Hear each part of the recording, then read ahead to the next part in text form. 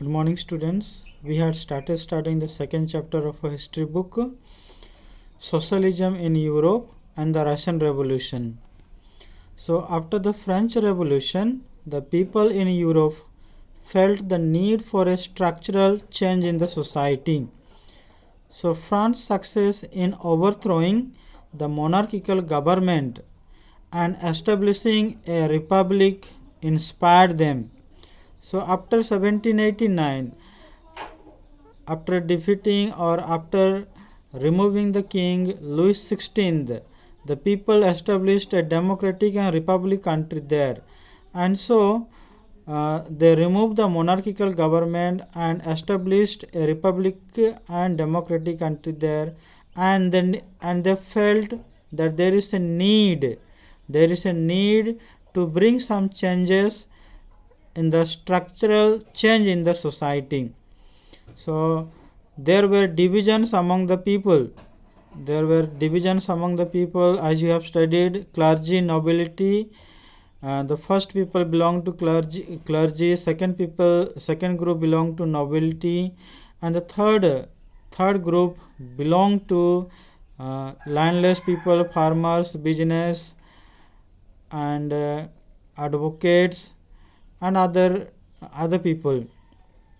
So there were divisions among the people, and also there were some people who wanted to bring some changes in the society. So there were conservatives, the liberals, and the radicals.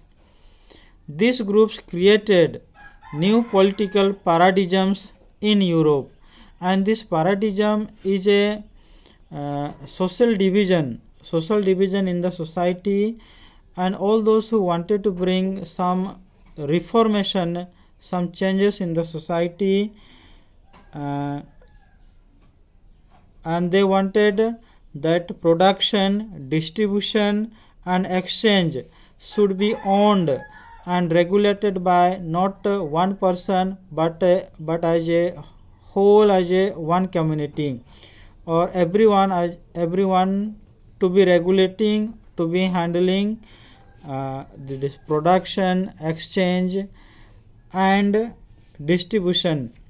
So instead of handling in the hand of one person, they wanted that this should be in the hand of controlled by or handled by community as a whole. So there were three political paradigms that we are going to study today: conservatives, liberals, and the radicals. So who are these three political paradigms? During and after the French Revolution, we see the emergence of new paradigms that were seen in a political sphere. So first one was conservatives. And who were these conservatives? First, there were the conservatives who did not want to change prior to the French Revolution. So these conservatives we see, as we studied just now, there were three groups in the society. First one was conservatives. So conservatives, before the French Revolution, these conservatives did not want to bring any changes in the society. So they didn't want to change the society before French Revolution. And when they saw the anger of the people during and after the revolution, they accepted the need for some change. Their viewpoints were the elements of the past must be there in the changing society. See, when these people, the conservatives, saw the anger of the people during and after the revolution, they accepted the need for some change in the society.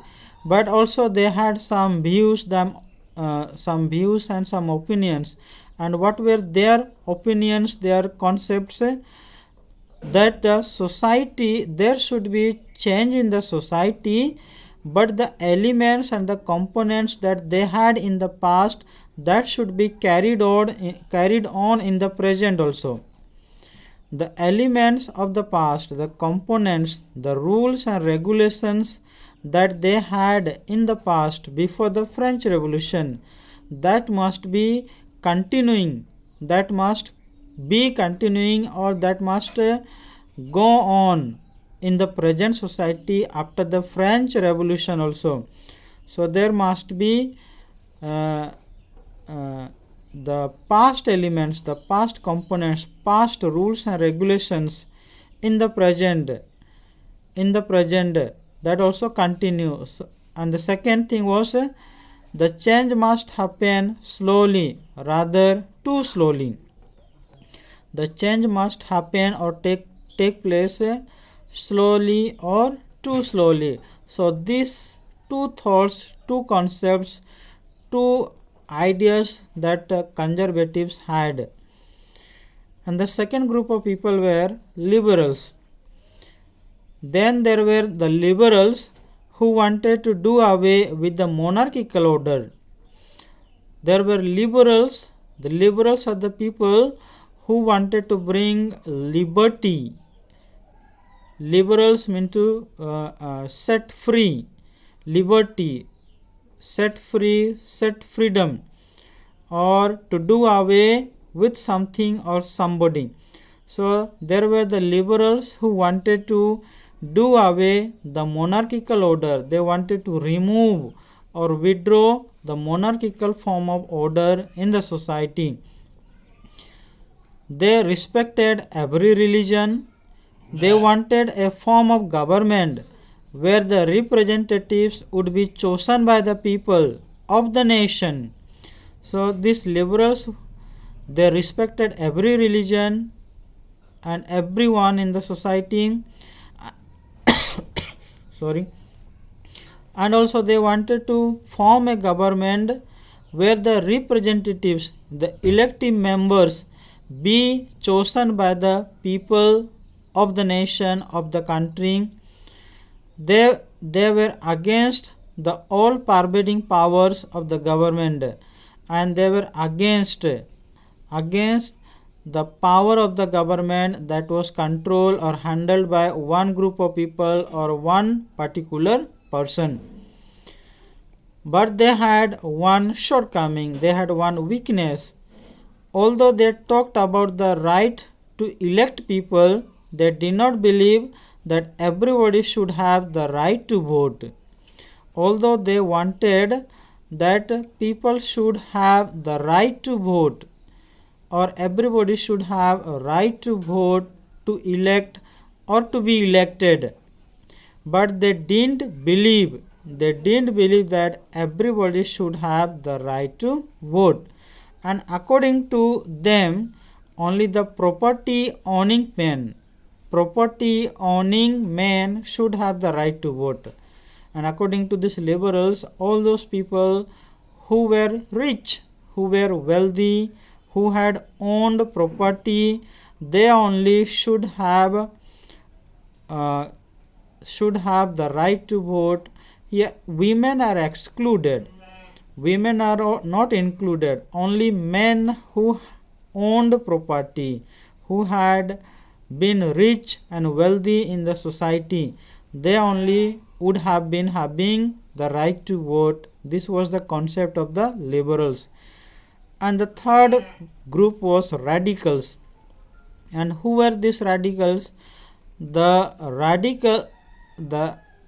radicals were like liberals. The radicals were like liberals, but they were more aggressive and more liberal than the liberals. They were more aggressive and more liberal than the liberals. The radicals, unlike the liberals, disliked the idea of wealth or property being concentrated into hands of the few. These radicals, unlike the liberals, they disliked the idea of wealth or property being controlled or being concentrated into the hands of few or only few people or few persons. But they were not opposed to privately owning some wealth or property. Many radicals believed in universal suffrage. Many radicals believed in universal suffrage, that everybody should have right to vote. Universal suffrage is everyone above the voting age that is set by the government. Everyone above the age that is set by government, like in India we have 18 and 18 plus, we have right to vote.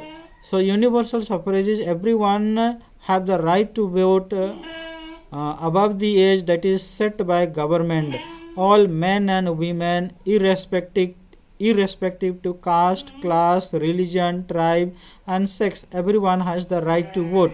That is universal suffrage. So the radicals believed in universal suffrage. Many supported the women's movements on their right to vote, and many of these radicals supported women's movements to their right to vote. We have studied already. There were some women's movements who fought for their voting rights, who fought for their privileges, opportunities and equal rights. So in the next class we will deal the problems with industrialization.